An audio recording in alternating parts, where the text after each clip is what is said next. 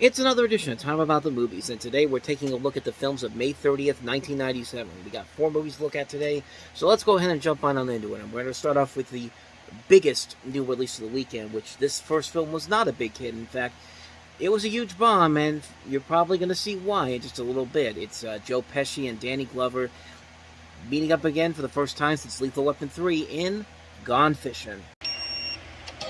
Got the boat? Check. Gear, Dramamine? Check. We go fishing! For Joe and Gus, We go fishing! fishing is their life. Hey, Joe! Everything else is a detail. So with a 4-day vacation, It's gonna be a 10. 10 plus, Borderline heaven! a full tank of gas, and a case of cold beer, nothing, absolutely nothing, will stand between them and their dream. It's just like a ride. Train! Caravan Pictures invites you You guys need a ride? Because babes. to come along Weird. with Joe Pesci, That's it? I'm not exactly a little kid, you know. I can drink a full glass. Danny Glover, Gus, you okay? You ain't sleepwalking, are you? I can see you guys are professional fishermen. who with the flick of a wrist You two jerks. You're just a pair of kids. can turn 4 days in paradise into a living hell. That movie Deliverance? Well, I don't want to squeal like a pig. Gone Fishing. The story of 2 guys Spin him around, Gus. I'll get the boat. who can't catch a break. The truth is, it can't get any worse.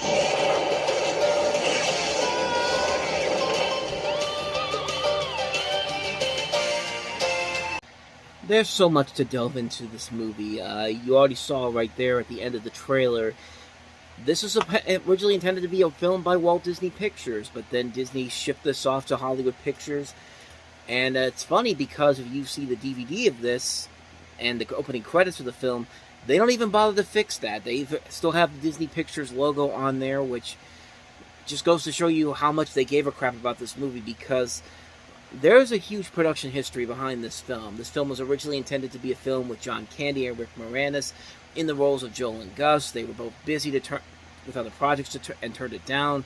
The film was originally set to be directed by John G. Avildsen of Rocky fame, and had already filmed with him as the director for the first 2 weeks, but then he was fired by Disney. They paid his $2 million salary to the studio, and then Christopher Kane came in. Christopher Kane did Young Guns and the infamous The Next Karate Kid. He eventually came on to replace him, and then when they were shooting the film, a stunt woman died on the set. So the film what happened was that the stunt was meant to jump on a ramp into a group of other boats, and one of the scenes went awry. The speedboat contained the stunt doubles who were Pesci and Glover, flipped upside down, collided with 2 separate boats landing into the set containing film crew and extras, and the stunt woman named Janet Wilder was killed in the accident, and her husband and her father-in-law, as well as 2 others, were also injured in there, and that happened around Christmas '95, and the film is in tribute to her.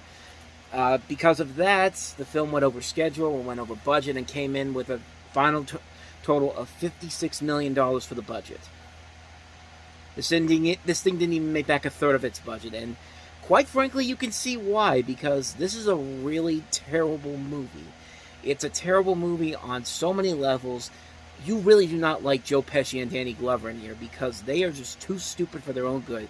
Like they think that this movie thinks that these guys are like Beavis and Butthead or Lloyd and Harry from Dumb and Dumber. But no, there's stupid characters in those movies, but you also like those characters because their hearts are in the right place, or you just want to get behind their antics. You don't want to get behind the antics of Joe Pesci and Danny Glover in this movie. Like, they do way too many stupid things in this movie, and like things that are literally killing people. Like, you could take the logic of people not dying in the situations in this out of the picture, but I'm sorry, when you have a movie that begins with these two kids who basically cause a massive disaster in their hometown of New Jersey, where they go to jail and they get and thousands of people and hundreds of people are probably dead, and then shortly after that you get a scene where who was Danny Glover's character? I can't remember. Gus drops a huge construction thing on top of a construction office. The building operator's probably still in there, so yeah, it's hard for me to take this enjoyment in there when they cause so much damage in this movie, and you're just wondering how many people got killed in this movie, and how many people, like, it just. I'm sorry, I'm gonna think about that. Plus, everybody in this movie is so stupid. Like, they are really, really stupid. Not just the two leads. The villain is stupid. Rosanna Arquette and Lynn Whitfield are not the brightest people in this movie because they're not well-written characters. They have character actors in here that are uncredited because they don't want their names to be involved in this garbage. Louise Fletcher's in here. Maury Chaykin's in here. Carol Kane, the only thing you can say about her is that it makes sense that she's married to Joe Pesci in this movie, but other than that, that's about it. I mean, this movie is a disaster. This is a massive, massive failure on so many levels. Like, this isn't even good in a so bad it's good type of way. This is a terrible movie. It's not funny. It's lazy writing. It's hard to believe that J.J. Abrams was one of the writers on this before he eventually became successful with Alias and Lost. But this is one of the early films he wrote, and it's written by the same person that also co-wrote Taking Care of Business as well with Abrams, which is obviously a far superior film than this. But this is just a disaster, man. This is a film that just was dead on arrival. There was just nothing funny there whatsoever. It's a huge misfire on so many levels. It's a terrible comedy. Just an awful, awful film. Just a mess on so many levels. So that was a terrible comedy that was released on May 30th, 1997. Now let me show you an underrated comedy that was released on May 30th, 1997.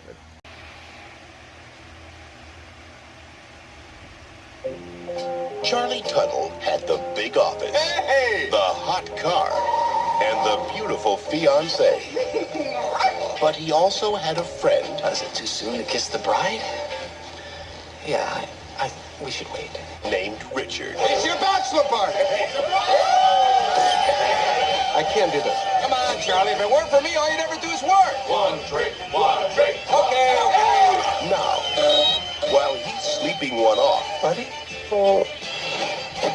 the biggest trial of his life My career. Help me, Ricky. is going on without him.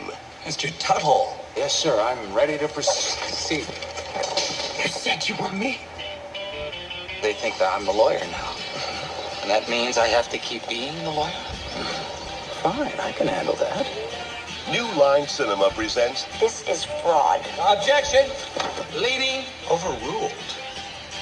Hey? No. An experienced lawyer Okay, just breathe. Calm down. and an out-of-work actor Whenever I step into a courtroom, I think of something a great law professor of mine once said. But that can wait for tomorrow. giving justice You're on one side, I'm on another. You can't get around this law thing. You're touching me. a run for its money. I don't pose. I don't preen. I don't put perjured testimony on the stand. I don't make a mockery of the American legal system. You got your style, I got mine. Michael Richards, Jeff Daniels, Objection. Get him out of here.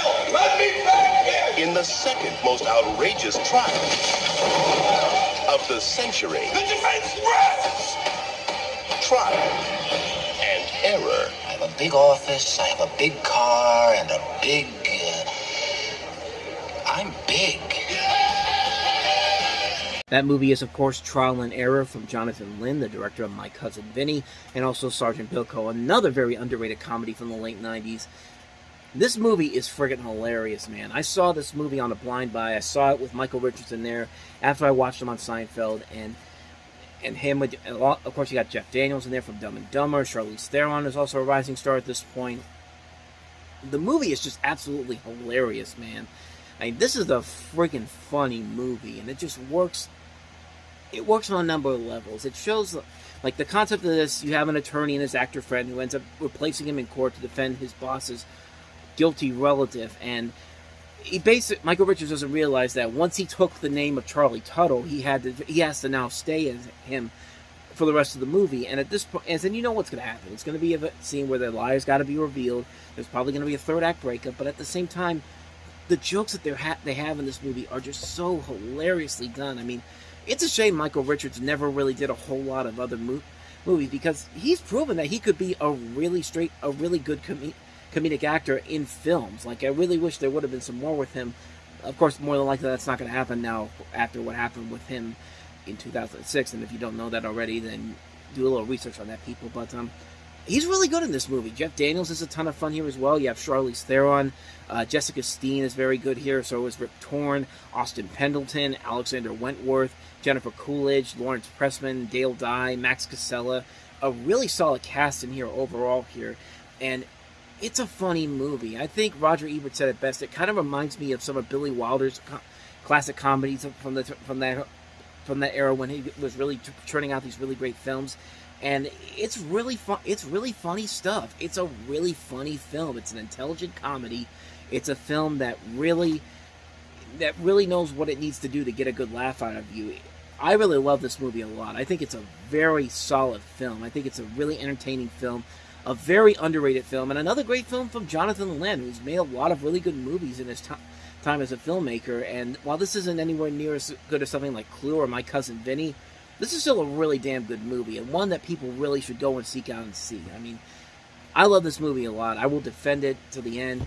Great film. If you haven't seen it, definitely check it out. You will not be disappointed by it. With that said, on to the next movie, and that is Till There Was You. Till There Was You.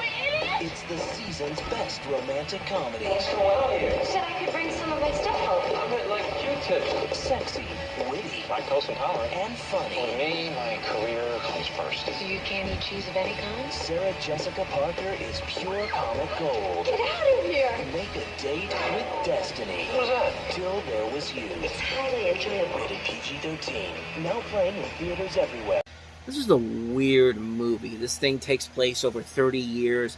You follow two people whose intertwined paths finally converge with their mutual interest in a community project brings them together. It's got a real good cast to it. Gene Triplehorn, Dylan McDermott, who's just coming out for The Practice premiering, Sarah Jessica Parker, a year away from her success on Sex and the City, Jennifer Aniston, right at the peak of her Friends success, Craig Bierko's in here, Christine Ebersole, Michael Tucker, Karen Allen's in here, Ken Olin, Cassie Lemons, Ian Gomez. A really good cast here, written by a good writer too. Winnie Holtzman wrote for the underrated series My So-Called Life, but the film itself is just all over the place. It really doesn't know what it wants to do. Does it want to be a comedy, something to like He Said, She Said, where it's kind of experimental in its story? Doesn't work all the way through, but it makes for a pretty enjoyable film. Or does it want to be just a simple screwball comedy for modern times? You really can't tell what direction they're going for here, and it's a shame because there is a lot of good talent involved in here, but there's just no real direction of where they want to go. Like, what's the end result supposed to be from this? And it tries way too hard to figure out what it wants to be instead of just rewriting that beforehand, before you actually started filming.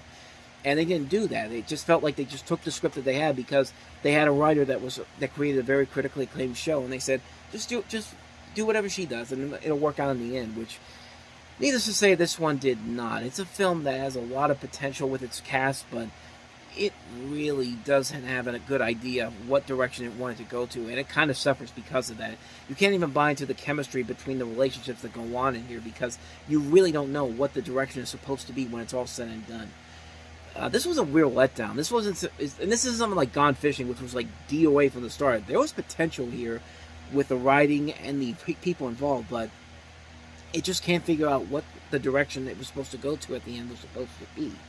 And yeah, it's a disappointing film. It's a very disappointing film, to say the least. Really expected more from it, and unfortunately this was the end result. Not a very good film, so let's go ahead and take a look at the last film we have here, which is Rough Magic. Embarrassed, but I hate it when this happens. Myra's not just good. She's young, she's blonde, she's pretty. She's a showstopper. She has a gift. You think she's marrying me for my money. I don't think she's going to marry you at all. But when her fiance gets away with murder, You killed him. she does a vanishing act. I need a man in Mexico. Find somebody. In that case, you know, you can use one of my stringers down there. He'll do anything for a buck. I'd swear I died and gone to heaven. Lie down under the back walls and I'll do what I can to get you there. So you've got a film set in the 1950s. It tells the story of what happens when this apprentice magician, played by Bridget Fonda, goes to Mexico to escape her fiancé, who's a wealthy politician, to find a Mayan shaman who will teach her ancient principles of magic. And she's being trailed by this detective, played by Russell Crowe. He's a former photojournalist, traumatized by what he saw in Hiroshima. The photojournalist joins her in their search for the Mayan shaman and falls in love with her. The feeling is not recuperated. When she finds the shaman, she drinks the potion, which empowers her to do magic. And the potion has life-changing effects on her and her relationship with her companion. They have strange effects which are brought about by magic. That's really all I know about this. I've never even heard of this movie. I've never seen the film, obviously. But like I said, Bridget Fonda, Russell Crowe, Jim Broadbent, Kenneth Mars playing the magician. Paul Rodriguez is also in here as well. There's a good cast involved in here. So, I mean, there could be something good in here. But at the same time, I don't really know for sure because I never even heard of this movie. I didn't even see a trailer for it until I did the research for this. There's not even any reviews for it as far as I can tell. So, I really don't know if this is any good or not. I mean, I don't think it is because nobody really ever talks about it. But with the cast involved here, it's got to be worth something at least, I would think. But, I mean, who knows? I don't really know anything else about it except that it came out this weekend. Thought I'd bring it up, so yeah, Rough Magic. So with that said, that wraps up another edition of Time About the Movies. When we meet next time, we take a look at the first few films of June 1997, including Nicolas Cage, John Malkovich, and John Cusack in the action thriller Con Air. We also have Rene Russo in the infamous flop Buddy. We also have Bliss, Red Cherry, and Intimate Relationships. So 5 movies to look at next time around, and we will look at those on the next episode. But until then, thank you very much for watching, and if you want to see more videos like this, please hit the playlist on the next page, check out the previous episode, and as always, like and subscribe if you want to see more videos like this on the channel, and I want to see you guys next time. I don't know why I said it that way, but thank you guys for watching. I will see you next time. I don't know why I said I want to see you next time, but thanks for watching, and I'll see you guys next time. Until then, take care. Ugh.